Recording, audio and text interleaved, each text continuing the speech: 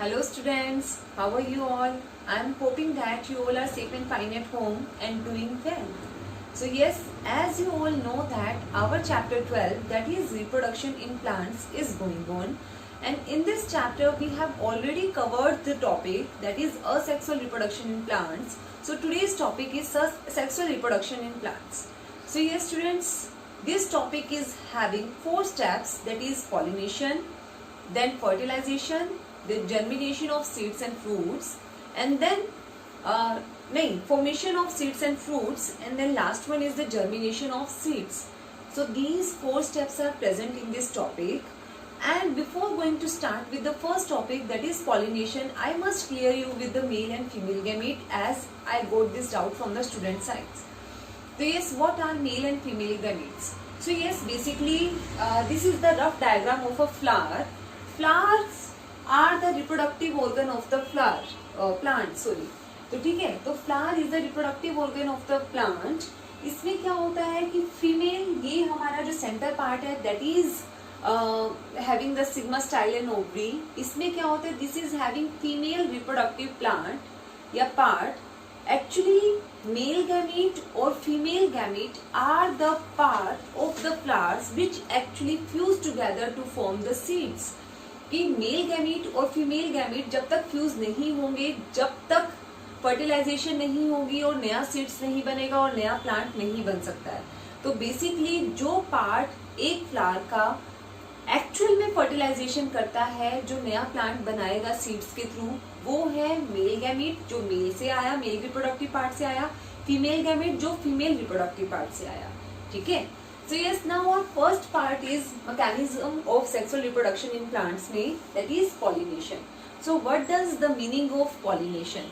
Pollination is the transfer of the pollen grains from anther to stigma is known as pollination. तो yes, basically क्या है, this is a flower, rough diagram of the flower. ये female reproductive part है and this is the male reproductive part. This is anther जिसमें बहुत सारे pollen grains हैं and pollen grains are having some protective covering on that which helps them to do not get dry. वो dry होने से बचाता है, इसलिए प्रोटेक्टिव कवरिंग होती है पोलन ग्रेन्स के ऊपर. ठीक है. तो so many pollen grains are present in this anther part and this is the female reproductive part, जहां पर एक्चुअल में इस पोलन ग्रेन में जाना है और फ्यूज होना है. ठीक है. सो उसके लिए जाना तो पड़ेगा ना. तो जाने की जो प्रोसेस है इस एंथर से पोलन ग्रेन्स के इस फीमेल रिप्रोडक्टिव पार्ट में, इस प्रोसेस को पॉलिनेशन कहा जाता है. So basically pollination is of 2 types, self pollination and cross pollination. As the name suggest, self मतलब अपने आप. सेल्फ का मतलब होता है एक पोलन ग्रेन एक फ्लावर से या तो सेम फ्लावर के रिप्रोडक्टिव फीमेल रिप्रोडक्टिव पार्ट में जाए, या तो उसी प्लांट के दूसरे फ्लावर के फीमेल रिप्रोडक्टिव पार्ट में जाए. ठीक है, जिसको हम स्टिग्मा बोलते हैं. तो बेसिकली क्या हो सकता है कि वो एक ही प्लांट पे है, यस, या तो ये यहाँ से यहाँ ट्रांसफर हो जाए विद इन अ फ्लावर, तो भी वो सेल्फ पॉलिनेशन है, या फिर उसी ही प्लांट के किसी और फ्लावर के स्टिग्मा में ट्रांसफर हो जाए, तब भी वो सेल्फ पॉलिनेशन है. ठीक है. So this is known as self pollination. फिर क्रॉस पॉलिनेशन क्या होता है, क्या डिफरेंट स्पीसीज के अंदर अगर पोलन ग्रेन्स ट्रांसफर होगा तब हमारे पास क्रॉस पॉलिनेशन होगा? नहीं. फर्टिलाइजेशन के लिए एंथर और स्टिग्मा यानी कि मेल गैमेट्स और फीमेल गैमेट्स का एक ही स्पीसीज का होना जरूरी है. तो ये अलग अलग स्पीसीज के नहीं हो सकते. रोज का फ्लावर और कौन सा सीड्स होता है, लाइक पोटैटो के फ्लावर से या किसी और फ्लावर से मर्ज नहीं हो सकता, उसको रोज के फ्लावर्स के साथ ही मर्ज होना पड़ेगा. सो ये sunflower will be merge will be fuse with the sunflower only. तो सनफ्लावर वाला जो फ्लावर है वो सनफ्लावर के साथ ही मर्ज होगा, फ्यूज होगा. रोज के साथ ही फ्यूज होगा. तो बेसिकली क्रॉस पॉलिनेशन क्या है? क्रॉस पॉलिनेशन है पोलन ग्रेन्स एक फ्लावर से दूसरे प्लांट जो सेम स्पीसीज का है कहीं और है, उसके ऊपर जो फ्लावर लगा हुआ है वहां पर ट्रांसफर हो जाए। स्पीसीज सेम होनी चाहिए, अगर ये भी सनफ्लावर है तो वो भी सनफ्लावर ही होना चाहिए, बट प्लांट सेम नहीं हो सकता, प्लांट शुड बी डिफरेंट। तो इस तरह से जब पोलन ग्रेन्स ट्रांसफर होते हैं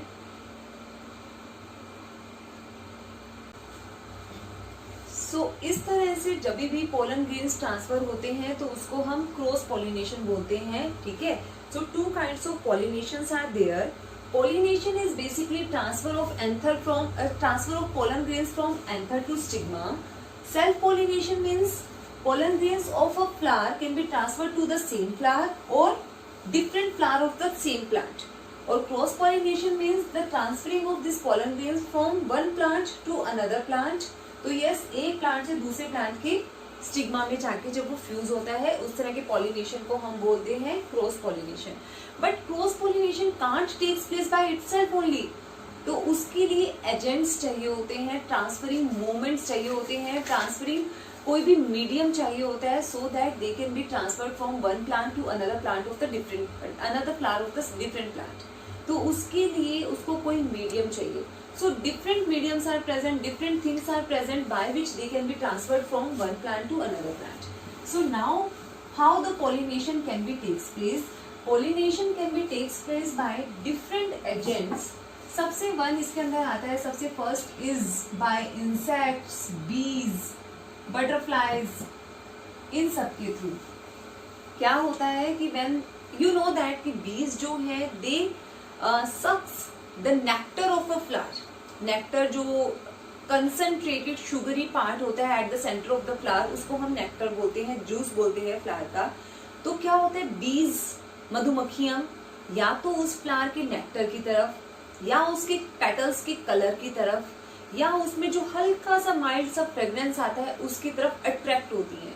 So when they will get attracted towards the colors of the petals, the fragrance of the flower, so they will be attracted towards the flower and sucks the nectar. While sucking the nectar, while sitting on the flowers, they will automatically get attached with the pollen grains which is releasing from the anther. तो वहां पे जो भी anther के अंदर pollen grains होते हैं वो उनकी बॉडी इतनी स्टिकी सी होती है कि उस पे वो चिपक जाते हैं, ठीक है। So when the same bee is now sitting on the another flower, another plant, तो वहां पे जाके क्या होता है, वो पोलन ग्रेन को कई बार ड्रॉप कर देती है, कई बार स्टिग्मा उससे स्टिक हो जाता है। So ultimately they are actually behaving as a carrier. So वो कैरियर की तरह बिहेव करती है for the pollen grains from one plant to another flower of the different plant. तो इस तरह से they are ultimately causing the pollination. Next क्या हो सकता है, ये तो हमने किया through the insects, bees, butterflies. Next हो सकता है विंड। हमें पता है हवा बहुत ही अल्टीमेट सोर्स है, हवा में कुछ भी बह के इधर से उधर, मतलब हवा में उड़ के कोई भी चीज इधर से उधर जा सकती है। So yes, winds are a very good natural agents which are causing the cross pollination. तो यस, हवा चलती है तो एक का एंथर उड़ा वो दूसरे के फ्लावर पे कहीं पर भी जाके बैठ सकता है, तो sometimes it may sticks on the stigma of the other plant and show the germination और फर्टिलाइजेशन प्रोसेस। तो इस तरह से होता है। और इसके लिए क्या है, जो इस तरह के एंथर्स होते हैं उनके पास बहुत सारी क्वालिटी होनी चाहिए, लाइट वेट होना चाहिए, इजी टू कैरी होना चाहिए, और विंग्स लाइक स्ट्रक्चर्स भी हो सकती हैं, कई बार सीड्स भी इस तरह से मूवमेंट कर सकते हैं, तो अलग अलग क्वालिटीज होती हैं, ठीक है। लास्ट में हमारे पास आता है वाटर। जो वाटर प्लांट्स होते हैं which are growing in the water only, they can show the pollination by the help of the water only. तो थ्रू द वाटर वो पानी में तैर जाते हैं, पोलन ग्रेन्स जो होते हैं पानी में गिर गए, वहां पे बह के एक प्लांट से दूसरे प्लांट पे चले गए, वहां पे फ्लावर के साथ स्टिक हो गए और ultimately they will show the fertilization process. अब आप कहोगे कि मतलब विंड्स के थ्रू, बर्ड्स के थ्रू, इंसेक्ट्स के थ्रू या फिर वाटर के थ्रू जो पॉलिनेशन हो रहा है, तो इट इज नॉट नेसेसरी कि 100% पॉलिनेशन हो, है ना। तो 100% कभी भी कोई गारंटी नहीं होती, इट इज बाय चांस। ज्यादा चांसेस होते हैं कि अगर ट्रांसफरिंग होगी तो मूवमेंट होगा तो पॉलिनेशन हो जाएगी, बट ऐसा नहीं है कि 100 पोलन ग्रेन्स मूवमेंट शो किए और 100 के 100 फर्टिलाइजेशन शो कर रहे हैं, नहीं। वन इन वाइल्ड, मतलब काफी सारों में से कोई एक दो हैं जो फ्यूज कर पाते हैं, जो अल्टीमेटली फर्टिलाइजेशन शो कर पाते हैं, बाकी सब वेस्ट हो जाते हैं। तो इट डिपेंड्स कि किन सर्कमस्टांसेस में वो मूवमेंट हो रहा है, और इट डिपेंड्स कि ultimately are they sticking to the stigma of the other flower. तो ये सारे के सारे फैक्टर्स हैं जो अल्टीमेटली डिसाइड करते हैं कि whether the pollination will ultimately go into the next step or not. Now I am going to add up one thing in this, that is artificial pollination. अभी तक हमने जो तीनों तरह की पॉलिनेशन की है, these are natural pollination जो नेचर करता है. बट कई बार क्या होता है कि हम with the help of the brush, हम क्योंकि हाथ नहीं लगा सकते, हाथ लगाने से क्या है कि वो खराब हो जाएंगे, फ्लावर के जो मेल रिप्रोडक्टिव पार्ट है, फीमेल रिप्रोडक्टिव पार्ट है, वो खराब हो जाएंगे, तो हम उनको हाथ लगाना प्रेफर नहीं करते. We are doing artificial pollination with the help of the brush. Now I am going to show you one video with this, ताकि आपको पता लगे कि आर्टिफिशियल पॉलिनेशन कैसे किया जाता है. तो क्या होता है, दो फ्लावर्स हैं जिसके अंदर हम आर्टिफिशियल पॉलिनेशन करवाना चाह रहे हैं. किसी भी एक फ्लावर का हमने क्या किया, पोलन निकाल दिया या फिर स्टिग्मा निकाल दिया. दोनों में से कोई भी एक चीज निकाल दी. मान लो ये दोनों चीजें इसमें प्रेजेंट हैं और मैंने इसके अंदर से पोलन ग्रेन्स निकाल दिए बाय रिमूविंग दिस फिलामेंट और एंथर. इनको निकाल दिया. क्यों निकाला? ताकि इसमें सेल्फ पोलिनेशन ना हो जाए. ठीक है, तो मैंने ये रिमूव कर दिया. यहाँ पे जो दूसरे वाला फ्लावर था सेम स्पीसीज का, जो पूरा का पूरा ग्रो कर रहा था, मैंने उसके एंथर में से यहाँ पे पोलन ग्रेन्स लिए with the help of the brush, और यहाँ पे स्टिग्मा में टच करवा के उनको फर्टिलाइज करवाने की कोशिश की. और when they will stick to the surface of the stigma, मैंने उसको पॉलीथीन से रैप कर दिया या फिर कोई भी बैग से, कोई भी टेप से, किसी भी चीज से, कपड़े से उसको कवर कर दिया, so that the cross pollination will not be takes place. पहले मैंने पोलन ग्रेन्स को रिमूव किया ताकि सेल्फ पॉलिनेशन ना हो, और अब मैंने ये ट्रांसफरेंस के बाद आगे सब कुछ इसको ब्लॉक कर दिया ताकि और किसी तरह की पॉलिनेशन ना हो. तो इस तरह से अब जो हमारा फ्लावर ग्रो करेगा, जो फर्टिलाइजेशन शो करके जर्मिनेशन शो करेगा, तो हमारे पास गुड क्वालिटी के फ्रूट्स आएंगे और गुड क्वालिटी के जो प्रोडक्ट्स आएंगे वो आएंगे, और ग्रोथ भी फास्ट होगी. और whatever we are requiring, कई बार इस प्रोसेस से हम क्या करते हैं, किसी और फ्लावर का एंथर ले लिया, किसी और फ्लावर का पोलन ग्रेन्स ले लिया, किसी और फ्लावर का स्टिग्मा ले लिया, दोनों को फ्यूज करवा दिया, and sometimes we may get the new variety of the flowers by the process of artificial fertilization या आर्टिफिशियल पॉलिनेशन. तो यस, ये बहुत हेल्पफुल प्रोसेस है, और इसको बहुत इजीली जो लोग बॉटनी जानते हैं, जो लोग इस तरह से फ्लावर्स को रिप्रोड्यूस करवाते हैं, they can easily do this process. So this is about the pollination. So now next step is fertilization. Fertilization means the fusion of male and female gametes. Male gametes are the pollen grains and female gametes are the ovules. So now we have studied that in the process of pollination, the pollen grains transferred from the anther part through to the stigma part. Stigma is a part of the female reproductive part. So yes, this is pollen or pollen grain. Pollen grain is having hard covering, but when it sticks to the surface of the stigma, a pollen tube is going to develop in that, and in this pollen grain male gamete is present, which is actually moving down through the pollen tube. So yes, ये यहाँ पर stick हो गया है, इसमें pollen जो grain है वो स्टिक हो गया है स्टिग्मा पे. पोलन ग्रेन के अंदर मेल गैमीट है. मेल गैमीट क्या होगा, जब वो फ्यूजन होगा तो वहां पे पोलन ट्यूब बनना स्टार्ट होता है, और फ्रॉम दिस या bye the help of this pollen tube वो जो मेल गैमीट है वो डाउनवर्ड मूवमेंट करना स्टार्ट करता है, स्टिग्मा से स्टाइल में और स्टाइल से ओवरी में. तो इस तरह से मूवमेंट होता है. आफ्टर सम प्रोसेस ये हमारा ओव्यूल है बाहर का, और ये जो अंदर वाला है this is called as ovum या फीमेल गैमीट. ठीक है, जिसको हम एग भी बोलते हैं. और ये बाहर वाला सारा है ओवरी, इसके अंदर है ओव्यूल और इसमें है ओवम द फीमेल एग. ठीक है, तो क्या होता है, ये पोलन ट्यूब बड़ा होता जाता है और ultimately it merged into the female gamete. So ultimately जो दोनों के न्यूक्लियस हैं वो दोनों फ्यूज कर जाते हैं and they form the zygote, जिसको हम फर्टिलाइज्ड एग बोलते हैं. ठीक है, zygote is that particular part और the cell which is formed by the fusion of male gamete and female gamete. तो वो अल्टीमेटली जो नया सेल बनाते हैं उसको जायगोट बोलते हैं. Zygote is ultimately making new plant by some process, वो अभी हम डिस्कस करने वाले हैं. ठीक है, तो ये प्रोसेस जो है फ्यूजन तक, इसको हम बोलते हैं fertilization, which is our next step. Now third step is formation of fruits and seeds. अब यहाँ पे फ्यूजन के बाद क्या होता है, फ्यूजन के बाद जो जायगोट बना है, जायगोट जो फ्लावर है, फ्लावर के अंदर सब कुछ चल रहा है. अब क्या होगा कि फ्लावर्स फूलने लग जाता है, ultimately it will acquire the shape of the fruit. Fruit बन जाता है और इसमें जो फर्टिलाइज्ड जो जाइगोट है वो क्या बन जाते हैं, सीड्स।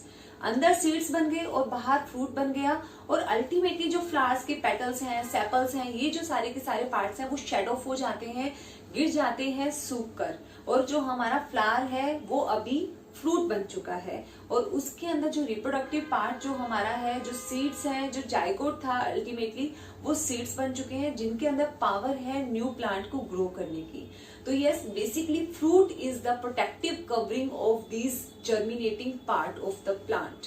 तो सीड्स के अराउंड वो जो कवरिंग है, जो प्रोटेक्टिव कवरिंग है वो फ्रूट है। और फ्लावर अब खत्म हो चुका है। पहले फ्लावर था, फ्लावर ने फ्यूजन किया, फर्टिलाइजेशन किया, अब वो फ्रूट बन चुका है और फ्रूट्स के अंदर सीड्स और फ्रूट बन चुका है। ठीक है, नाउ अब ये क्या है कि पहले डिस्पर्जल हुआ था पोलन ग्रेन्स का ताकि फर्टिलाइजेशन हो सके, अब डिस्पर्जल होगा इन सीड्स का ताकि जर्मिनेशन हो सके। जर्मिनेशन मतलब formation of the new plant. So yes, what is the last step? Now we are going to discuss that. So now students, seed has formed. Now what will happen with this seed? So it will show the process of dispersal by different means. Dispersal of seed means the transfer or the movement of the seeds from their mother plant to the new places. ठीक है, dispersal इस चीज को बोला जाता है जब parent plant या मदर प्लांट से सीड हटकर दूर कहीं चला जाता है तो वो डिस्पर्जल ऑफ सीड्स होता है। Why the dispersal of seed takes place? तो ऑब्वियसली समटाइम्स ओवर क्राउडिंग में टेक्स प्लेस, कि एक जगह पे बहुत सारे सीड प्रोड्यूस हो गए तो ओवर क्राउडिंग हो गई, उस चीज को अवॉइड करने के लिए डिस्पर्जल होता है। Second thing is the proper distribution of the minerals, nutrients, sunlight, food, इसके लिए भी डिस्पर्जल होता है। एक्चुअली क्या होगा, अगर बहुत सारा ओवर क्राउडिंग होगा so they will show the competition for the food, for the mineral, for the nutrient, for the sunlight. तो किस किस को मिलेगा, कोई एक डाई हो जाएगा, कोई एक ग्रो कर पाएगा। But if dispersal process is taking place तो क्या होगा कि कोई सीड यहाँ पर है, कोई किसी नई जगह पे चला गया है, तो बेसिकली सबको हर चीज मिल रही है, तो ओवर क्राउडिंग नहीं होगी और उन्हें प्रॉपर खाना मिलेगा। Last thing is the formation of the same plant in the new places. कई बार डिस्पर्जल इतना ज्यादा हो जाता है कि कहीं दूर जाके वो सीड ग्रो कर जाता है, तो यानी कि हमें वो वेराइटी जो कहीं और थी वो कहीं और भी देखने को मिलती है। तो basically we are getting the new plants at the new places. So अब क्वेश्चन ये आता है, how the dispersal of seeds takes place? So by number of agents dispersal of seeds takes place. तो one by one we are going to discuss all these. First one is by wind, हवा से। कौन कौन से plants like drumstick, maple, they are having the wings on that, so with the help of the wings they can blow away. Next one is calotropis, madar, cotton. These seeds are having hair on them. So yes, with the help of this hair they can flow or they can move very easily with the wind.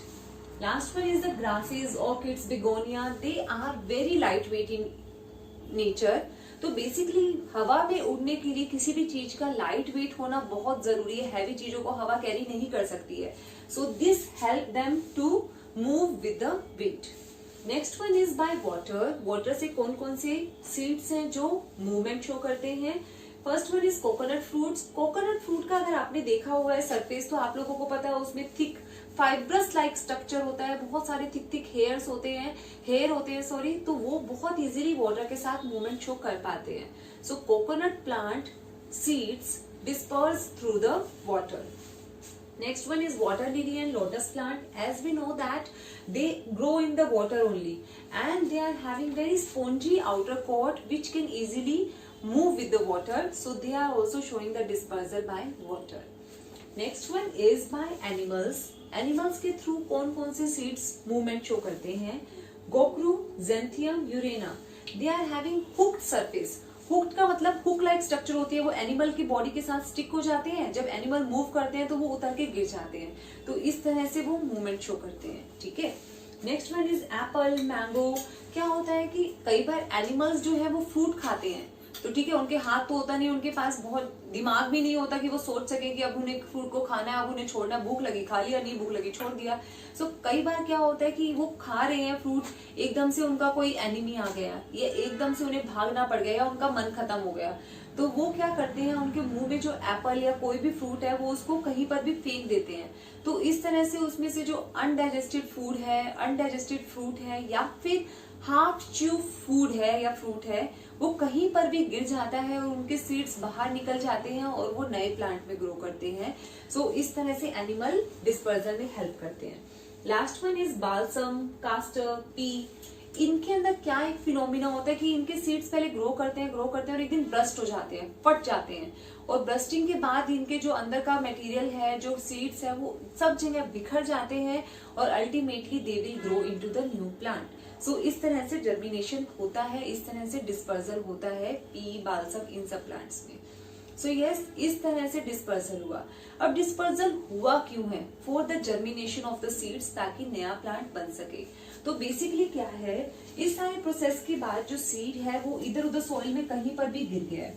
जब वो गिर गया है तो उसके ऊपर कई बार layer आ जाती है, सॉइल आ जाती है, तो यस, उसके ऊपर पूरी की पूरी कवरिंग हो जाती है सॉइल की। When it will get the favorable conditions like sunlight, water, warmth जो sunlight से मिल रहा है, nutrients, ये सारे के सारे कंडीशन जब उसको मिलते हैं तो यहाँ पर क्या होता है, यहाँ से रेडिकल निकलना स्टार्ट होता है, प्यूमूल निकलना स्टार्ट होता है। प्यूमूल ये क्या है, बेसिकली कोटिलेडन है। कोटिलेडन जब फ्रूट बना था उस टाइम पे बनता है। सिंगल कोटिलेडन भी होते हैं, 2 कोटिलेडन्स भी होते हैं। अगर आपने चने का दाना देखा है, मेज, तो मेज मक्की का दाना, वो होता है सिंगल कोटिलेडन, उसमें 2 पार्ट्स में उसका जो सीड है वो टूट नहीं सकता। लेकिन अगर आपने चने का दाना देखा है तो वो जैसे ही हम उसका छिलका उतारते, सीड को उतारते हैं, तो वो 2 पार्ट्स में डिवाइड हो जाता है ना, तो यानी कि इसके पास 2 कोटिलेडन्स हैं। तो yes, basically cotyledons are the reserve food for the seed. Seed की ग्रोथ के अंदर वो रिजर्व फूड है, और उसके बाहर एक हार्ड कवरिंग होती है, दैट इज सीड कोट, जो उसको प्रोटेक्ट करता है ताकि ये ट्रांसफरिंग होते हुए या किसी भी मूवमेंट के दौरान खराब ना हो जाए, खत्म ना हो जाए। ठीक है, so yes, cotyledons keeps the reserve food for the seed to grow. अब ये क्या है कि कोटिलेडन्स में से ही उसके बीच में, जहाँ पे अगर 2 कोटिलेडन है, उसके बीच वाले पार्ट से नया प्लांट ग्रो करना स्टार्ट करता है। रेडिकल बनते हैं, यानी कि जिनसे रूट्स बनेगी, प्यूमूल बनता है जिससे स्टेम्स बनेंगी, और अल्टीमेटली क्या होता है, इससे नया प्लांट पूरा का पूरा ग्रो हो जाता है और एक पूरा प्लांट हमें दिखता है, और इस तरह से जर्मिनेशन होता है। सो बेसिकली हम चाहते यही थे कि नया प्लांट बने। Sexual mode of reproduction is quite lengthy process, उसमें ज्यादा टाइम लगता है, लेकिन इसमें जो फूड बनता है बहुत ही अच्छा बनता है। So basically sexual reproduction in plants is having 5 steps. First is the pollination, कि मेल और फीमेल गैमेट पास आए, मतलब पास आने का एक जरिया तो हो। सेकेंड इज फर्टिलाइजेशन, वो दोनों फ्यूज करें। Third one is formation of fruits and seeds, उससे फ्रूट बने और अंदर सीड्स बने। Fourth one is dispersal of seed, अब जो सीड बना है वो इधर उधर बिखरे। Last one is the germination of the seeds, अब जो बिखरे हुए सीड्स है उनसे नए नए प्लांट बने। So yes, this is about the sexual reproduction in plants, कि कैसे 8 सीड्स के थ्रू नया प्लांट बनता है। So yes students, it's again इसी के साथ हमारा चैप्टर भी कंप्लीट हो गया है। तो आज जिसको भी जो भी डाउट है वो सब आप एक बार इकट्ठे कीजिए। On Monday in our live class I am going to take all the doubts, and today I am going to share with you all the PDF of the chapter. Monday को मैं आपकी नोटबुक भी check कर सकती हूँ। Oral work अगर मुझे लगा कि मंडे को हो गया है तो ठीक है, अदरवाइज जो इसका बुक वर्क है हम ट्यूसडे को मैं वीडियो के थ्रू भेजूंगी। और आपका चैप्टर कंप्लीट हो गया है, रिटन पार्ट में आपको भेज दूंगी, लेकिन बुक वर्क हम करेंगे ट्यूसडे को। सो this is all about for today's video. Thank you.